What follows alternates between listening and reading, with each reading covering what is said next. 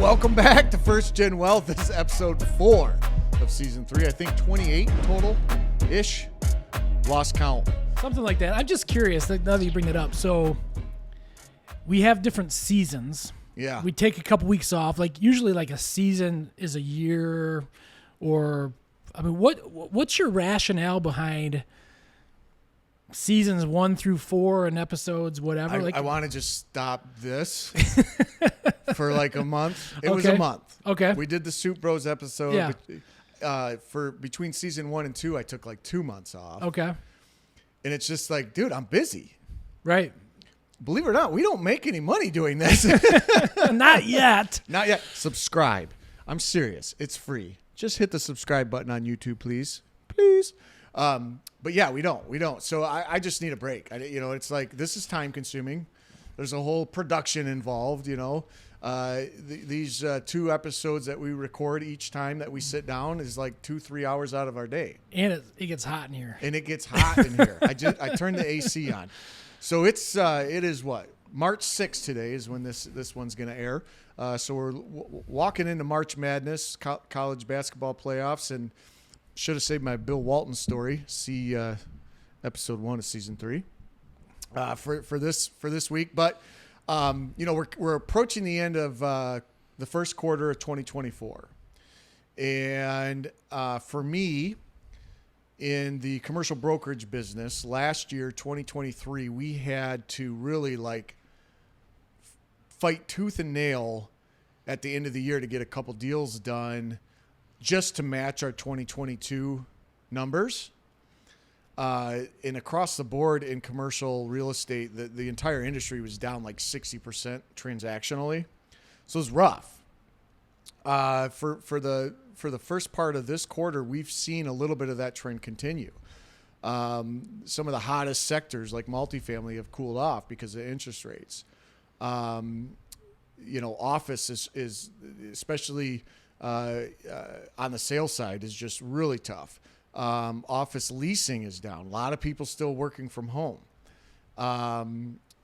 Retail is strong. Retail leasing is strong. Retail deals are still strong, which is cool because I remember going to the International Council of Shopping Centers, now just the ICSC, which is the largest basically trade organization for retail brokers and all the people that are involved in retail. So McDonald's and Starbucks and Papa John's and, everybody you see out on a commercial district is part of the ICSC for the most part. Mom and pop stores aren't regionals necessarily, but a lot of players. So when this conference happens in Las Vegas, I go to 3 or 4 of them a year. The big one being Las Vegas. There's like 50,000 people in the industry, all there. Used to be, I used to say 50,000 men in suits. Now it's, and I've been in this a while. Now it's, suit coats, a lot of jeans, plenty of women in our industry now, much more than there was when I started, which is awesome. Some of them, many of them leading the field in their trade areas.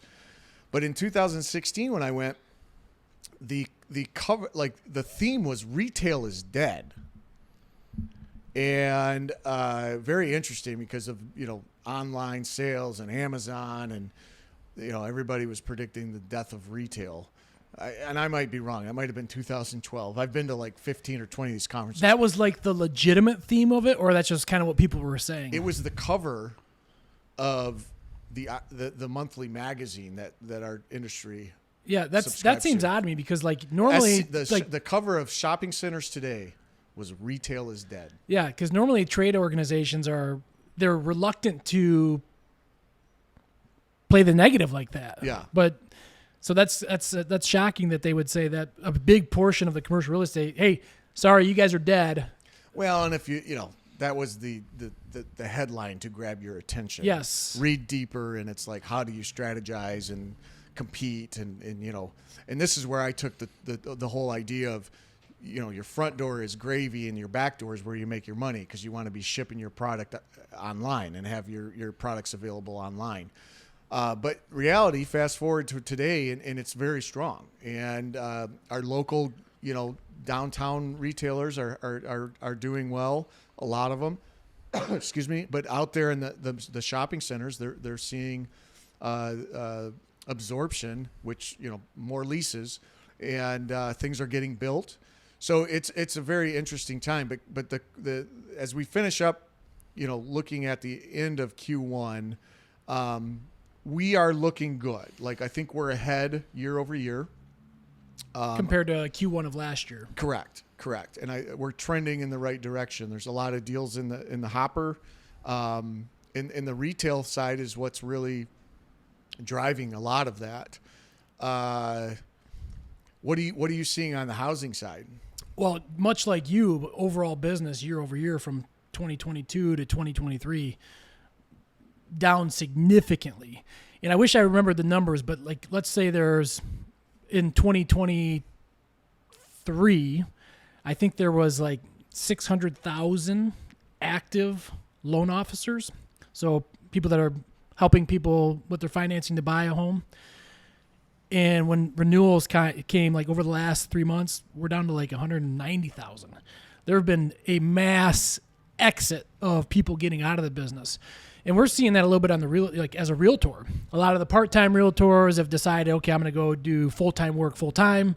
Some of the full-time real estate agents have now picked up side gigs because of that. So transactionally, way, way, way, way down. Our company's unique where we do a lot of land contract financing. So we weren't hit as bad, but there's a lot of people that are not loan officers today that were, just a few months ago. Yeah. So, as we look forward, you're either growing or you're dying, right? In business. What are you going to do as a company? Because it's very tempting when your income's down, it's very tempting to cut back on the things that get you business, advertising. What are you guys doing at Success Group? So I mean, it's funny how sometimes you're out of the office and shit gets done. So I was out of the office and Missy and Annie, both said, "Oh my gosh!" Like we met actually with you. Thanks for now, increasing my marketing budget. Did I cost you some money?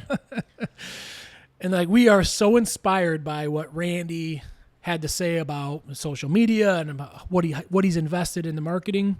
So we actually met with AZ Branding Solutions yesterday, and they're giving us a proposal, and I anticipate on shifting our marketing budget significantly. And it's crazy to think, like, we talked about this a few episodes ago, like, sponsoring a race or, doing a little league baseball team or whatever. I was shocked to see how much money we spent on marketing that really wasn't marketing at all. It was more of a donation to different organizations that we care about, or for whatever reason we didn't want to say no to. And so we are completely shifting our focus, and we're going to invest significantly into our marketing budget right now. And I think looking back, I wish we would have done it last year when things were a lot slower, because people are getting out of the business. Like, we want to be now a bigger presence right now when things are starting to improve and there's less people in business. But nonetheless, we'll do it now, and then we'll start seeing a return on that 3-4 months down the road, hopefully sooner. But so yeah, we're gonna invest significantly, and you'll see Success Group Mortgage have a bigger presence online. So that's awesome. So Jim's referring. I gave a talk at a marketing meetup locally here. It was actually quite well attended. There's people from not just our area, but from several other areas, and I talked about. Well, it was kind of a reflection is what it was. So I had actually spoke at a much smaller group in May of 23. Yeah, so in May of 23, I'd given a talk to this same group. It was a smaller audience, but I was trying to tell them, what I was going to be doing, because I could see the market was looking bad. Interest rates were up. The data was already starting to come out from Q1 of 23, and transactionally everything was taking a nosedive, and it's like, oh man, it's like freak out mode. But for me, I saw that as an opportunity to stand out. So I was telling them in May of 23, like, double down. Whatever you're doing now, do twice as much, and it'll pay off dividends. And that's the thing about, advertising is you got to play a little bit of the long game there, right? Because you don't just spend $100 and see 200 come in your door the next day. That's not how it works. It's a long game. It's a process of getting your message out and getting some return. So when I spoke last month about what I did, so what it was like in May, I was like, here's what I'm thinking. And then last month it was like, well, here's what I did and here's what happened. And we went really big and really hot and heavy, especially in social media, because of the way that you're able to target your audience. And I think that's what you guys are probably talking about with the branding company is how to spend $1 on somebody that's going to see you're actually sending it to the person that is your target audience, rather than just like you said, like a donation. So you get a little more targeted on your ads, and we went really hard. Like I went probably borderline irresponsible on the ad spend, but it saved us. Like we were able to hit our not break even, but we were able to hit our year over year without losing any revenue. So it's like we matched 2022, and I attribute that completely to the ad spends that we were doing, and it comes back in weird ways. I never really saw what I was doing as a potential recruiting tool, but it kind of has turned into that. It gave us a tremendous amount of credibility when, some of the younger agents were going to do listing appointments and try to compete against other brokers. They'd heard of us, they'd seen us. So for our business, having that front of mind marketing plan, so that when people think commercial real estate, they're thinking Woodworth Commercial. And then, I'm thinking, well, that worked. Let's go a little bit bigger, right? Because if I can see the return. Mm-hmm. I mean, I direct phone calls because of things that we were doing. You know what I mean? Like, yeah. Point A to point B, I can put those dots together, and it's like, all right, this ad spend made sense. So we're gonna go a little bit more aggressively. I don't want to match 2023. I want 20% growth. So does that mean I've got to spend 20% more? Probably.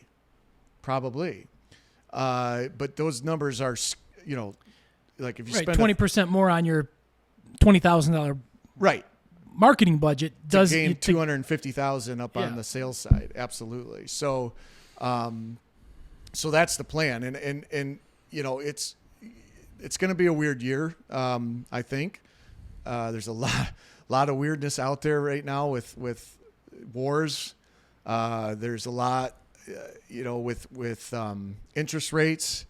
We've got the big election, coming up, and traditionally, it's like everybody holds their breath for 2 months leading up to the election, and then holds it another month or two after to see what happens. So, you can kind of foresee the latter half of the year being slow organically because of the way that the mindset of the consumer works historically, right? So the best predictor of the future is history. So you can just kind of see what that looks like. So you want to be out in front of it. So I'm glad you're doing that.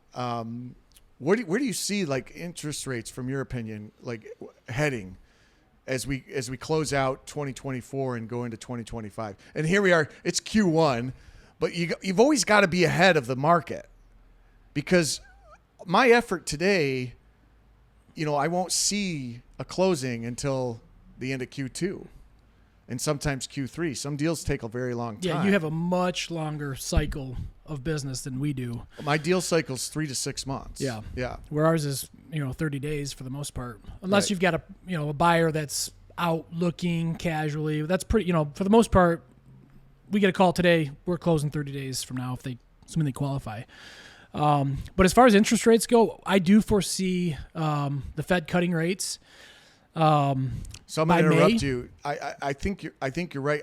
China cut their bank lending rate for the first time in a couple years. Yeah. Yep. Yeah. So go ahead. So yeah, you'll see that by May, I would say, in the U.S.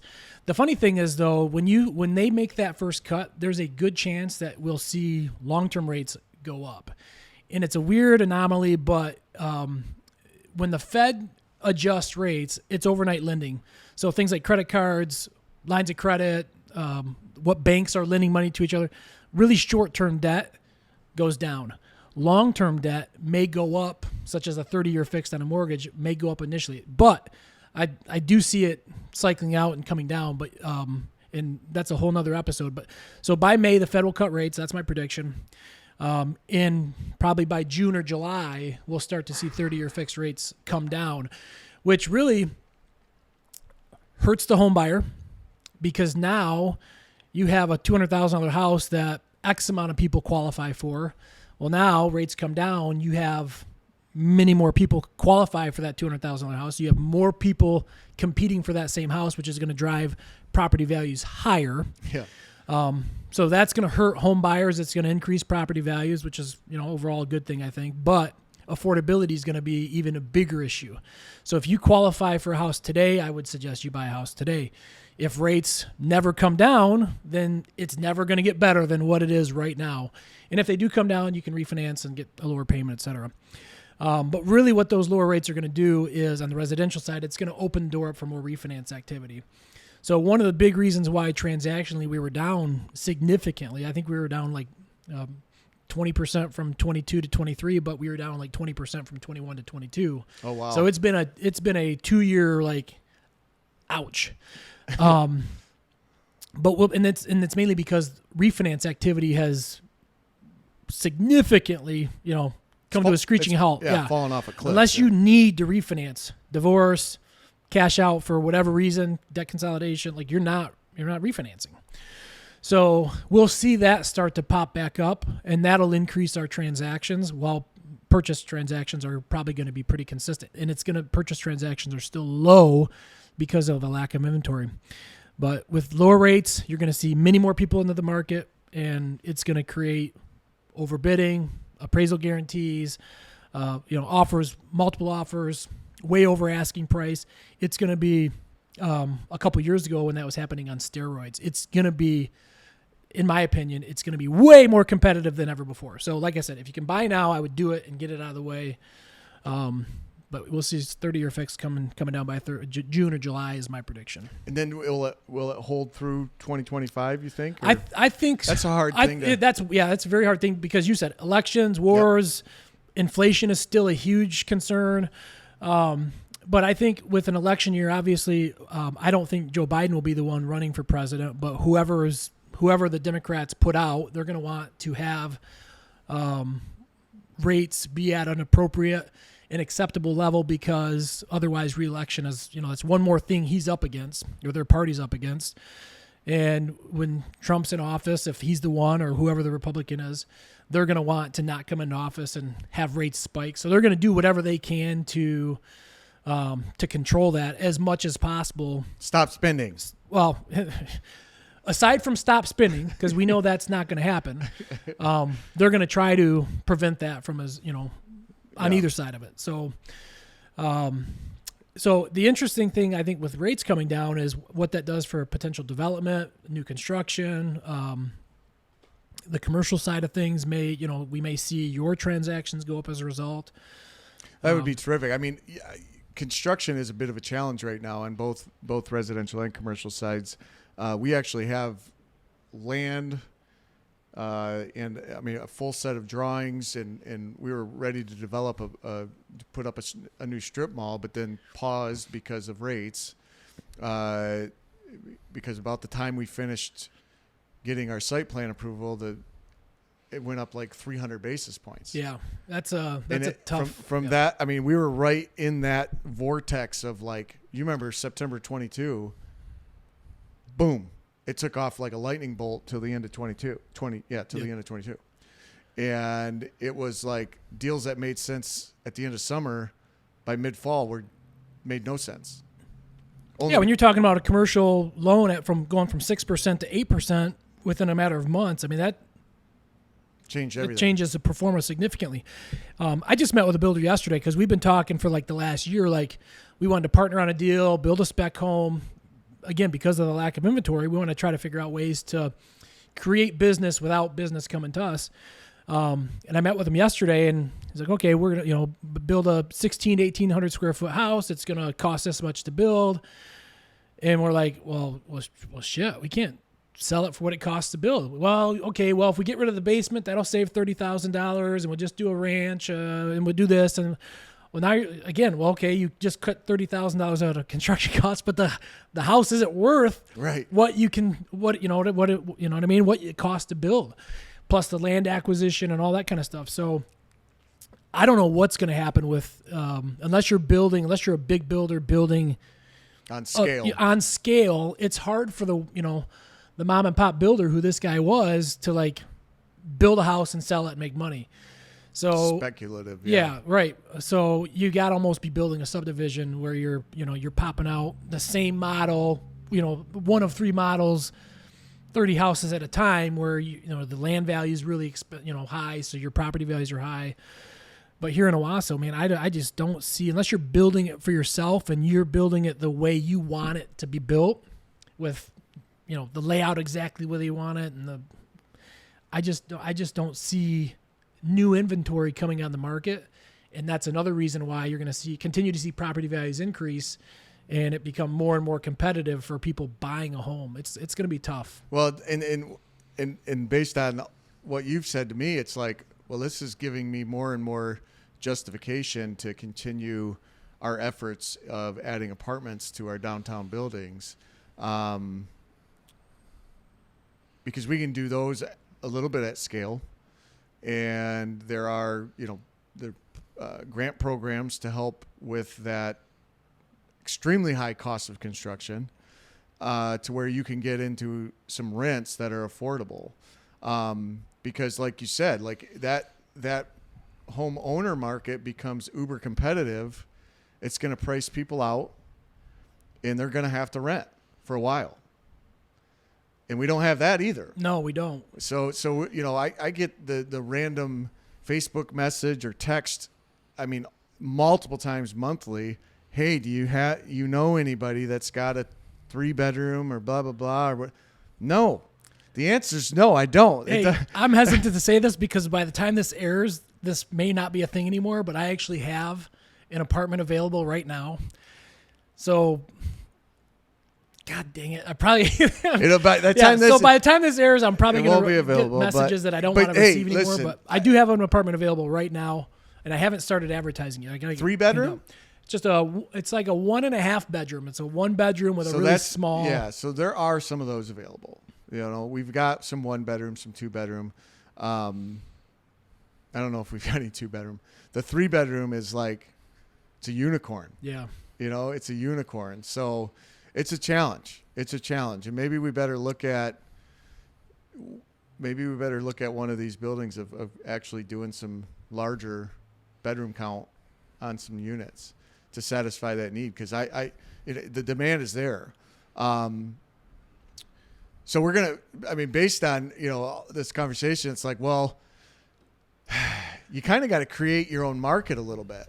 And that's what you're saying with the land contract, with talking to builders. The pocketbooks are being strained. Inflation is a real factor. What used to cost $25 is now $50 basically. So affordability is a big deal. I think the economy, it's hard to pin as a whole. I think it's very much affecting people in different ways, depending on their home situation. But I think the biggest thing that we all can do more of, and it's just like Jim and I were talking initially, if you're trying to improve your standing, if you're trying to improve your life, you need to be actively working at that. Now, as an individual who is, working for $20, $25 an hour, how do you do that? Well, you need to meet more people to open up more opportunities for yourself. So, nothing ever changes if nothing ever changes, right? So, you need to make some tweaks in your life to kind of head a different direction and be more active and create your own economy. And that's a big statement, but all it really takes is meeting a few new people that might be able to present you with some opportunities. If you're looking to improve your job, if you're looking to improve your relationship life, if you're single and you're going to keep hanging around with the same people, you're not going to meet anyone new. So that kind of can go around, and be applied to many different aspects of your life, is kind of putting yourself out there and being a little more active. And that's advertising, right? I'm advertising myself. I'm putting it myself out there. So I think this year is going to be 100%. How it turns out for you is 100% up to you, and the effort that you put in to improving your position or your standing or whatever you want to call it, it always is always up to you. And I think with a lot of people being, shy, or, and I'm not saying like socially shy, but what I'm saying is they're tentative. They're a little bit scared. They're holding their cards close to their chest because they're afraid that the economy or the election or whatever, the war, you name it. So the people that actually step out and do a little bit more are going to be, that effect is going to be compounded. It's going to be more exaggerated because there's going to be less people doing it because they're going to be more reserved. Yeah. Okay. Well, Does that make sense? Yeah, it does. And I think, one way, just the most simplest of ways you can improve yourself, and this is a very targeted group of people, but we talk all the time about the easiest way to build wealth is owning real estate. And if you don't own any real estate right now, you have to protect yourself. Financially, the best thing to do is to buy a house. And that opens up the door to so many different things as you start to build equity. You control your future. Because if you're renting right now, and we talked last episode about tax assessments and all of our taxable values went up by 5 or 6%, your landlord's taxes just went up. Your rent will go up, whether it's now or 6 months from now or a year from now. You have zero control over what you're paying. For the most part, you have zero control over what you're paying in rent. Yeah. And that's only going to go up and up and up and up. If on average, rent goes up 3% a year, it does not take you long to be priced out of that house, where if you have a 30-year fixed on a mortgage, your principal and interest payment never, ever changes.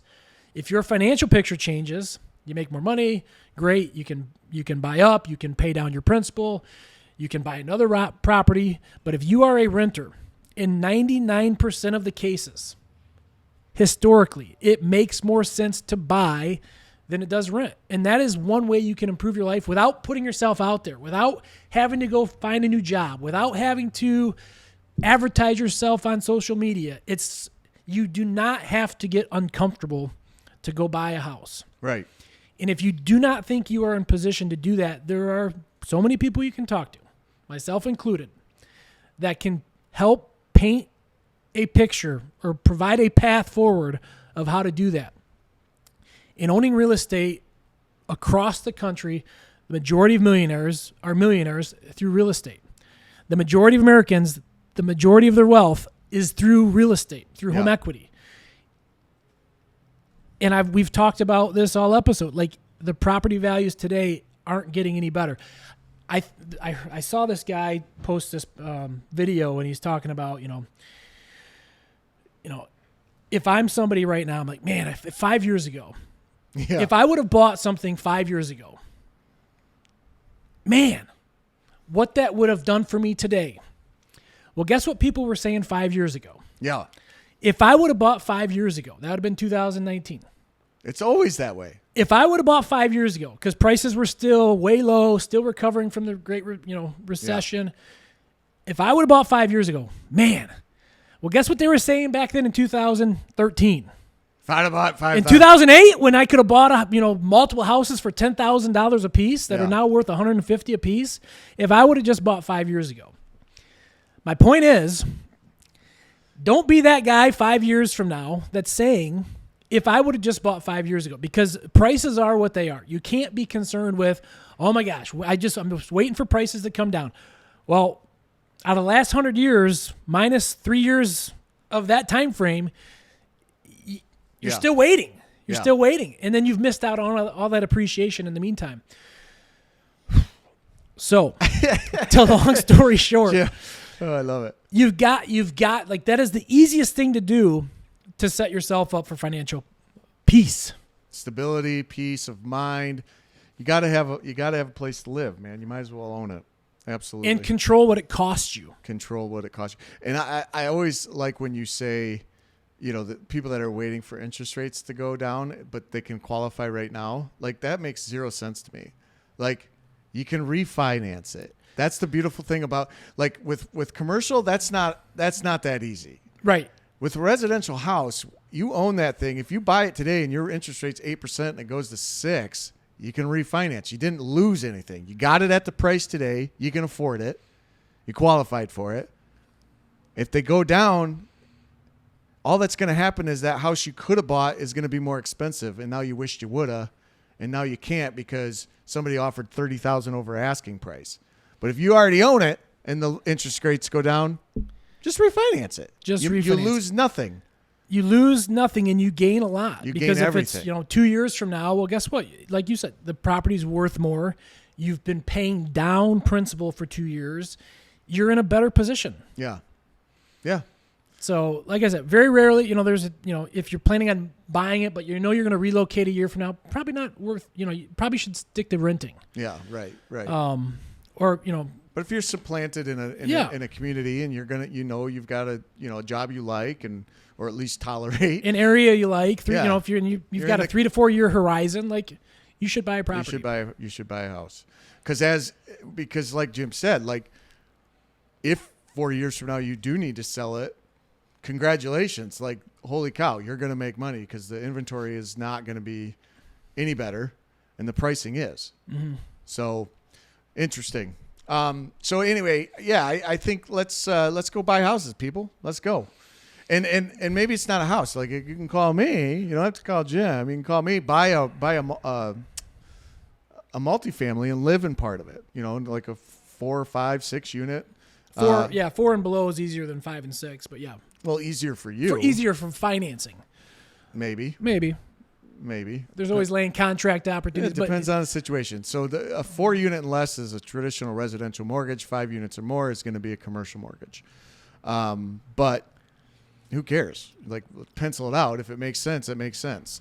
Or you can get one of the buildings, one of these mixed use buildings that has a first floor retail and live upstairs and have another apartment up there and living the high life right downtown, walking to get your coffee, walking to get your donuts.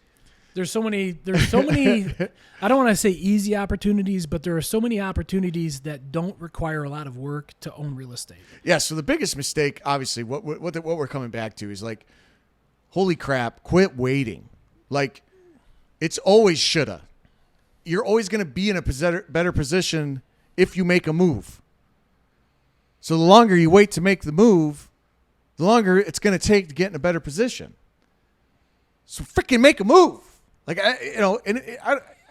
yes, we are in the business. So it sounds like we're, trying to sell you on something, but I don't care. You don't have to call me. Call somebody else. You don't have to call Jim. We're not selling you on us. We're selling you on go improve your life. It's like the Mandalorian says, this is the way. Yeah. This is the way. Star Wars, there's my nerds that watch. There you go. Yep. Sorry. It's funny that you say, like, you just got to make a move. My first move that I made, I lost money on it. The first house I bought, I ended up losing money on it.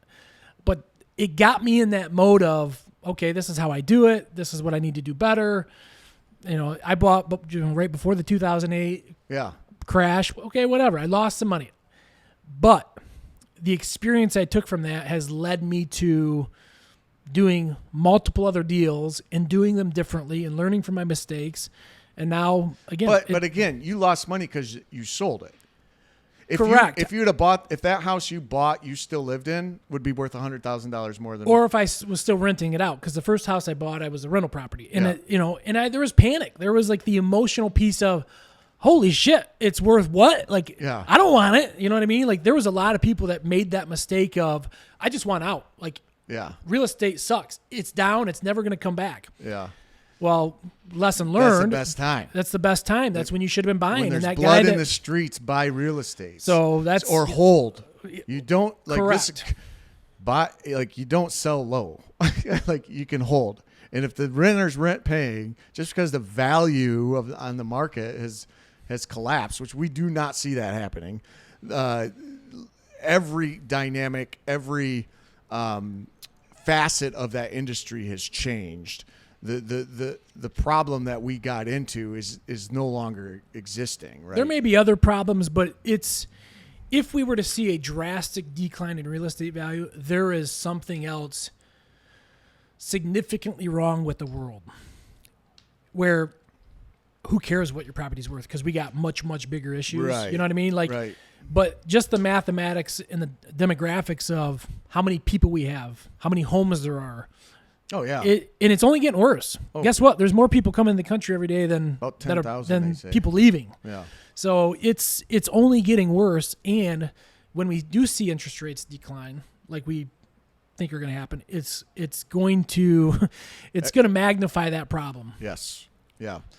So, and even if that crazy thing, whatever it is, who knows?